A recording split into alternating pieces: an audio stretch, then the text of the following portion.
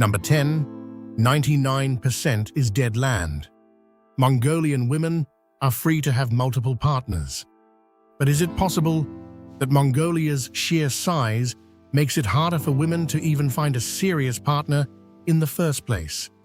Because once you look past the capital, Mongolia can feel like 99% dead land. Welcome to Mongolia. The country is huge, about 1.56 million km, but the population is only around 3.5 million, which means the average density is roughly 2 people per square kilometer. In the US, you can drive for an hour and still pass towns, gas stations, and signs of life. In Mongolia, you could drive for hours, even days, without passing another person. Most of the country is open and semi-desert. And the GOI isn't just sand dunes. It's rocky plains, dry valleys, and brutal wind that can make the world feel empty and loud at the same time. On the steppe, livestock outnumber humans by an astonishing margin. 13 horses per person, 35 sheep per person, and nearly 5 million horses across the country. Then you have Ulaanbaatar, which is officially the coldest capital city in the world. We're not talking about a little chilly weather here. In Ulaanbaatar, winter temperatures regularly drop to 40 degrees C. That's cold enough that if you spit, it can freeze before it even hits the ground. And here's the part that really messes with your head. Nearly half of Mongolia's entire population lives in or around this frozen capital. Over 1.3 million people have built their lives in a place where stepping outside underdressed can turn dangerous fast. Yet somehow, this icy metropolis is also home to 300+ bars and nightclubs. While you're bundled up like an Arctic explorer just to walk to the store, Mongolians are still out partying deep into the night like the cold is just background noise. But the cold isn't even close to being Mongolia's strangest feature. Before we go deeper into this frozen world, let me ask you something. Where are you watching from in the world right now? Drop your answer in the comments, because I promise you, Mongolia is about to beat whatever you think it is. Number 9, where women have many lovers. Mongolian women have a look that stops people in their tracks. Sharp cheekbones, warm dark eyes, long black hair, and a tall, athletic frame shaped by life on open grasslands. Many women stand around 5 to 6 into 5'8" in. And Mongolia even produced extreme height like Renan Korubud, who stood 6'9" in, with legs measuring about 4'5" in. Add the traditional deal, a bright, high-collared robe with embroidery, and the whole vibe feels straight out of an epic movie. But here's the twist. In Mongolia, there's a long-running idea that the prettier you are, the more likely you are to stay single. Historically, men often preferred women who looked strong and sturdy, someone who could handle livestock and brutal winters. So delicate, slim women were sometimes overlooked because they didn't match the lifestyle. Today, the challenge gets even sharper because modern Mongolian women are often very well educated. Many families push daughters towards school, while sons stay closer to herding and local work. People sometimes call it reverse gender inequality. Women earn more degrees, have lower unemployment, and on average live about 10 years longer than men. And then comes the pressure cooker rule. Build a career and get married before 29. In real life, those goals crash into each other. Highly educated women can be picky, and many say men aren't keeping up. Many men feel intimidated and assume successful women only want wealthy husbands. So you end up with bars and clubs full of women. And the guys dancing are often there to entertain them. both sides in the same room, still missing each other. Do you want to know the secret to winning a Mongolian girl's heart? If you do, drop a 9 in the comments. And if you'd marry her, make sure to like this video. I'll reveal the secret at the end. Now for the part that shocks outsiders the most. A place where women can have total romantic freedom and still be seen as faithful. Welcome to Lizia Zui, a traditional maternal village of the Wao Mongolian community in Mui Tibetan Autonomous County, linked to the Mosuo system that has existed for nearly 2,000 years. Here, women lead the household. Property passes from mother to daughter, and children take the mother's surname. Their relationship tradition is the famous walking marriage.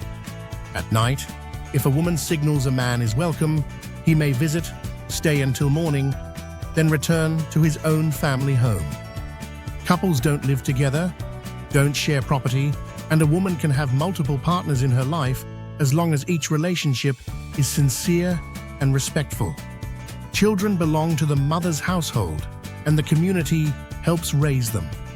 In a sparse, historically nomadic world, the priority was always making sure children were cared for, not proving a father's bloodline. And divorce carries no stigma because there's no formal marriage to begin with. So if Mongolia's love life already surprised you, wait until you see how they treat a guest. You'll hear stories about a family arranging overnight warmth for a visitor. Number 8. Hospitality and offering food. Mongolians are famous for hospitality, and it's not the smile and wave kind.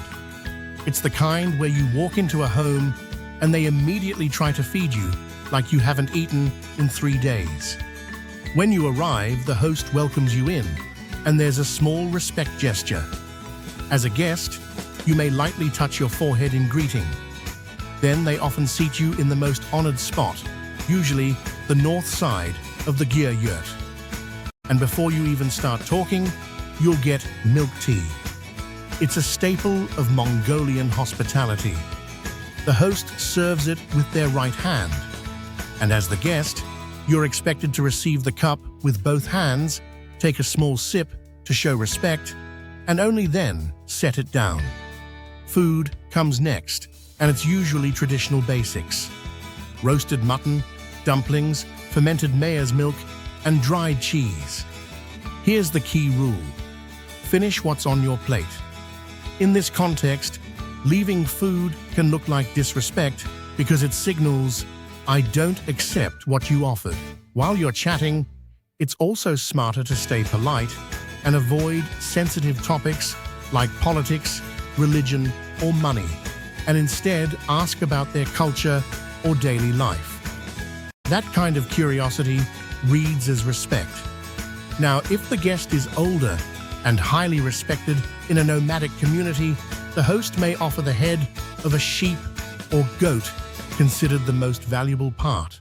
Meanwhile, a younger may be invited to stay overnight.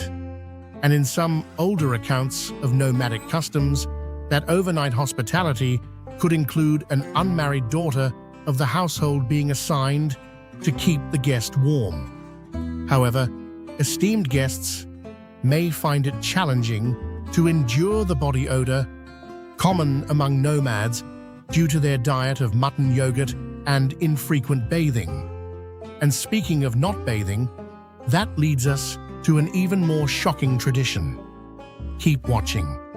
Number 7. No bathing, no washing clothes. During the era of Genghis Khan, Mongolians believed that bathing and using water could disturb the dragon veins and Earth's energy lines. As a result, they refrained from bathing or washing their clothes, thinking it would pollute the water and anger the gods, leading to punishment for everyone. Anyone who encountered Mongolians at that time would be overwhelmed by their unclean and even smelly appearance. In another period of history, Mongolians restricted bathing and were forbidden to bathe in rivers. Mongolian warriors did not change their clothes regularly. They would only occasionally take them off, shake them vigorously to remove licensed bugs, and then put them back on. The dozen of them did not wash their clothes and would wear them until they were torn or could no longer keep their shape. The only exception was during festivals and holidays when Mongolians would change into special robes. But here's the interesting part. What we call body odor today was sometimes seen as a sign of good luck. The stronger your natural scent, the more luck you carried. Imagine that. And if Genghis Khan himself gave you one of the clothes he had worn, that wasn't gross. That was an honor. Getting a personal item from a ruler was already huge. But receiving something that still carried his distinctive scent was treated like a lifelong privilege. Almost like you'd been handed a piece of his power and presence. So, be honest. Have you ever gone a few days without bathing? Drop your answer below. And just know in Mongolia, that might actually make you lucky. Number 6. Shocking Mongolian cuisine. Mongolian food is built for survival on the steppe. It's heavy, meat-focused, and sometimes shocking if you're used to city life. Meat is the center of the table. And the most famous example is bodog, a whole roasted goat cooked in a way that feels like pure nomad engineering. The goat is killed with a blow to the head, skinned carefully without removing the head, and the joints are loosened through the throat. Then the body is stuffed with salt, chili, pepper, onions, potatoes, liver, and kidney, plus hot stones placed inside the cavity and legs.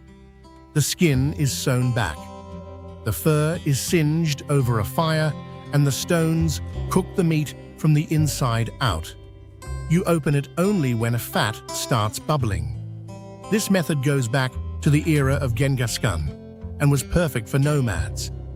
No pots, no pans, no kitchen. Dairy is the other half of Mongolian life. A rule is dried curd cheese made from fresh cow's milk. The milk is boiled, curdled, pressed into thin sticks, then sun-dried until it becomes extremely hard and sour. And it can last up to 1 year without refrigeration. A herd of 40 cows can produce around 53 gall of milk a day, enough to make arrow and other staples. For something softer, there's slag, a fresh cheese often made from yak milk. It's curdled with kaffir, pressed to remove whey, and eaten right away as a snack. For comfort food, Mongolians love booze. Steamed dumplings filled with minced mutton or beef, onions and spices, and kushua, the deep-fried version that's crispy outside and juicy inside. And if you need something sweet, you'll see borog, fried dough biscuits made from flour, yeast, milk, eggs, butter, sugar, and salt cut into rectangles and fried golden, often eaten with sugar, butter, or honey. To drink, there's sutai, salty milk tea made by heating milk from cows, yaks, horses, or goats, adding a pinch of salt and mixing it with black tea. People drink it daily, usually with bortog or a rule.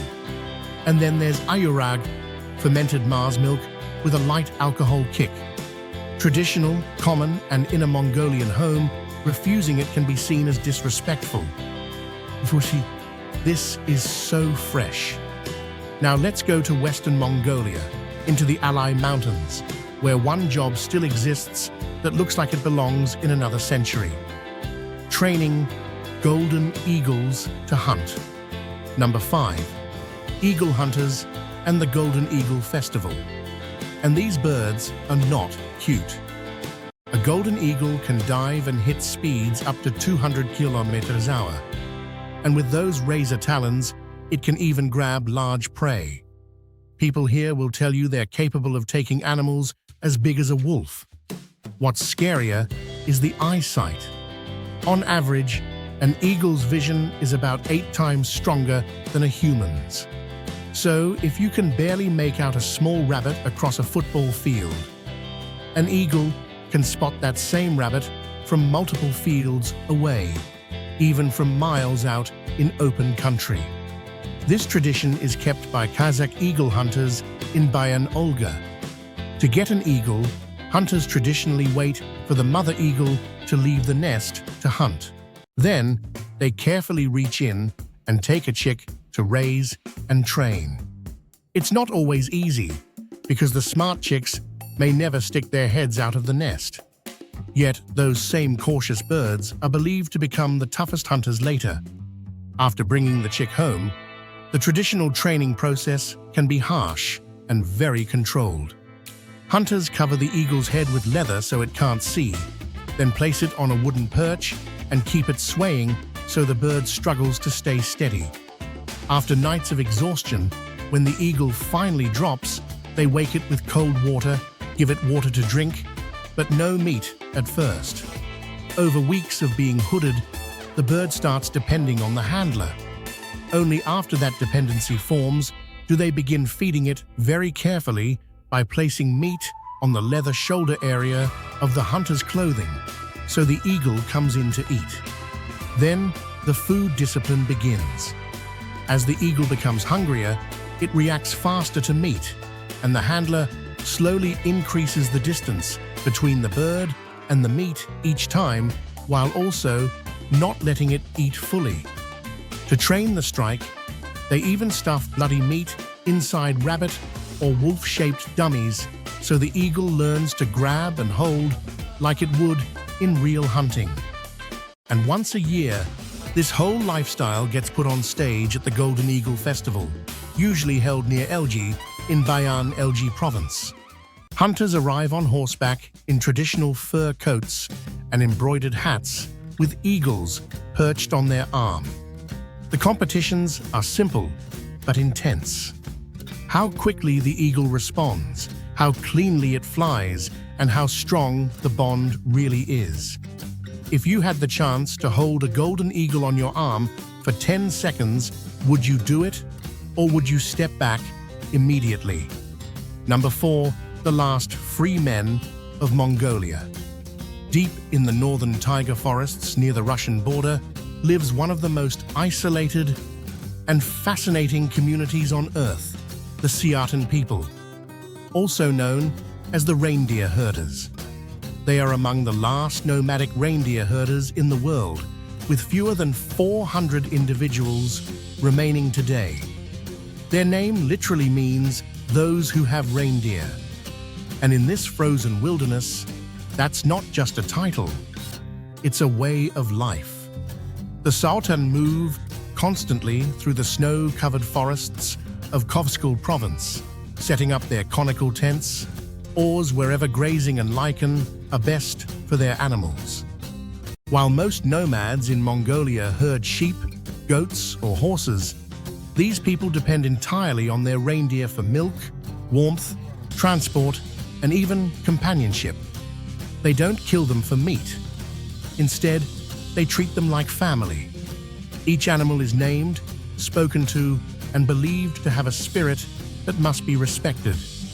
When a reindeer dies, its antlers are hung in the forest as a tribute, allowing its soul to return to nature. Step inside a Satan tent, and you'll find a world that feels both primitive and profoundly human. At the center stands a small iron stove used for both cooking and heating. Around it lie blankets, pillows, and fur bedding to keep warm through the sub-zero nights. On one side, there's a wooden shelf stacked neatly with salt, spices, flour, and dried meat. In another corner, you'll see clothes folded in bundles, and perhaps a few toys or worn boots belonging to children. Everything has its place, not for comfort, but for survival. Each year, the Satan carefully harvest reindeer antlers, a process that doesn't harm the animals. The soft, velvety antlers are later sold, often to buyers in China, where they're used in traditional medicine. It's one of the few sources of income for these families, helping them buy essentials like flour, tea, and tools. Temperatures can drop to 50 degrees CC, yet these people endure it with calm strength and quiet pride. That Satan also follows shamanic traditions passed down for centuries. They believe that every tree, river, and mountain holds a spirit, and that humans exist only as guests in nature's domain. When outsiders visit, shamans often perform rituals of purification, burning juniper leaves to cleanse away the city energy. But this ancient way of life is fading fast. Climate change, modernization, and government restrictions on hunting have pushed the shaitan closer to extinction. Younger generations are moving to towns, leaving behind their reindeer and traditions for phones, schools, and steady jobs. Still, if you ever meet one of these herders, face weathered, eyes bright, wrapped in reindeer fur, you'll understand why they're called the last free men of Mongolia. They live not by clocks or contracts, but by instinct, wind, and trust in their animals. Number 3. Strange traditions of Mongolia. Mongolia is full of unusual traditions that can surprise anyone. One of the most striking is the White Month Festival, also known as Sagansa. This is the Mongolian Lunar New Year, coinciding with other Asian lunar celebrations. During this time, people wear white clothing and give white gifts, especially pieces of white cloth, similar in concept to ceremonial scarves. White symbolizes purity, good luck, and blessings. Unlike other cultures where red is lucky, Mongolians embrace white as the ultimate color for the new year. Another unusual custom is the ceremony for drinking alcohol, which is highly formal. Guests do not simply sit and drink. Men kneel on both knees, bow their heads, and extend both hands toward the drink in respect. Unmarried women perform the same ritual. Married women kneel on one knee and lift a single hand to invite the drink. Newlywed brides must even sing while drinking. The most famous local beverage is arog fermented Mars milk. It tastes like alcohol, but carries a strong, horsey aroma. Refusing arog in someone's home is considered extremely rude. During New Year's Eve, tea rituals are also very specific. The host pours the first cup of tea outside, spreading it in all 4 directions as an offering. The second cup is for the head of the household, and the remaining cups are for family members. Dishes are then rinsed with mare's milk instead of plain water, a symbolic gesture to honor livestock, especially horses. Other fascinating customs include preparing traditional foods and offerings. Early on New Year's Day, women brew tea from goat, sheep, cow, or camel milk to honor the spirits first, then serve it to their family. They make ulf-layered cakes, where odd numbers of layers symbolize happiness and abundance, and perform fire offerings with goat meat, beef fat, fermented milk, and ceremonial scarves to pray for blessings. During visits, they perform zol, a ritual in which younger people hold the elbows of elders as a sign of respect and support for the coming year. Mongolians also enjoy unique challenges and games. They drink air, sometimes eat raw meat to gain energy, play chess on horseback, and celebrate weddings that can last a week with singing, dancing, and tests of skill across the steppe.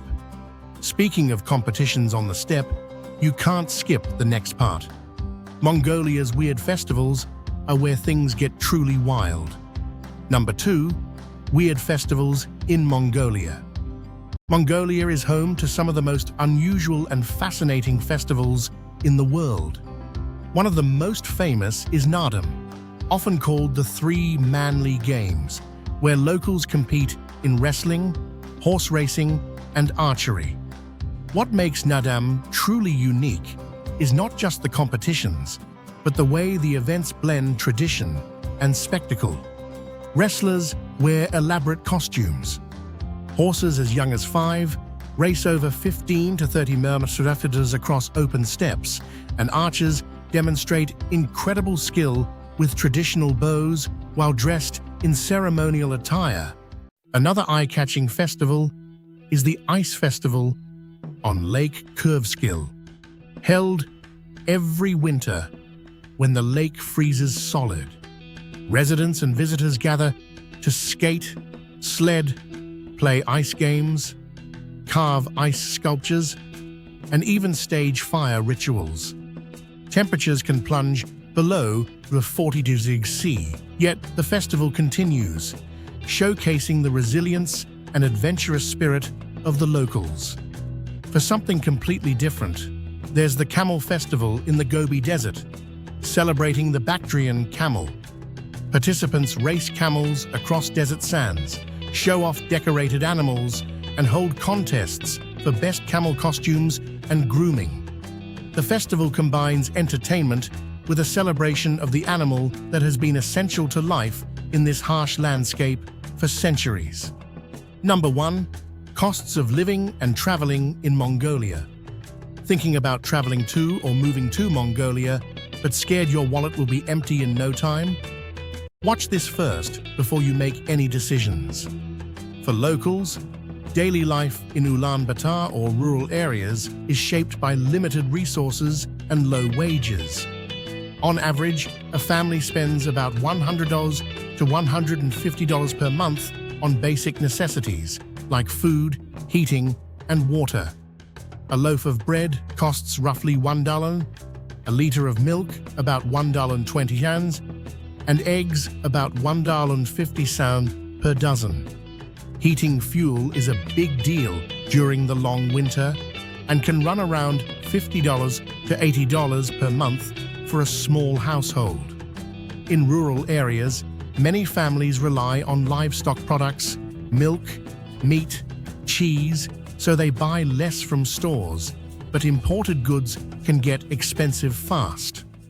Now, if you ever need to send paperwork or small items across the country, here's a detail that explains Mongolia better than any travel brochure. Mongolia's historical postal relay system shows how endurance shaped this land. Couriers once traveled up to 125 miles a day between about 1,400 relay stations, using 50,000 plus horses to move letters and parcels across the endless steppe, long before the internet and even before paved roads existed. For travelers, costs are higher than locals, but still often lower than typical US prices.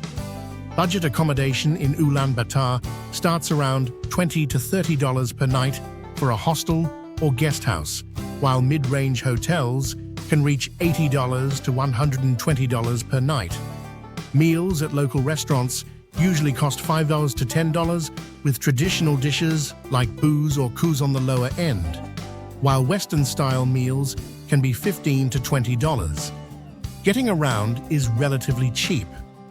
Taxi rides in the city are often $2 to $5, and public buses cost under $1.